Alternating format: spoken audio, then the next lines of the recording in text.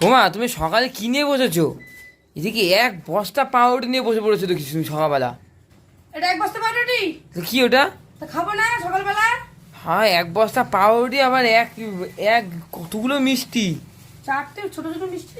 কি ছোট ছোট 10 টাকা দামের মিষ্টি রসগোল্লা নিয়ে বসেছে 4খানা।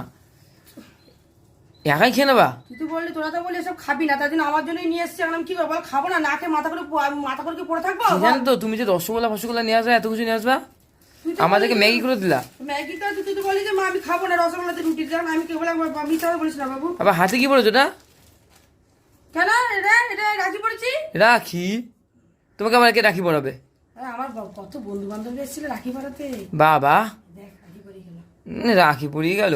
তুমি যা সে ঠিক আছে মানলাম, কিন্তু এখানে কি খেয়ে তো সকালে কোনো কাজ নেই তোমার, বলো? কতগুলো খাবার নিয়ে বসেছে। খাবো এখন খেয়ে এখন খেলে দুপুরে কি হবে খাবো এতগুলো যদি এখন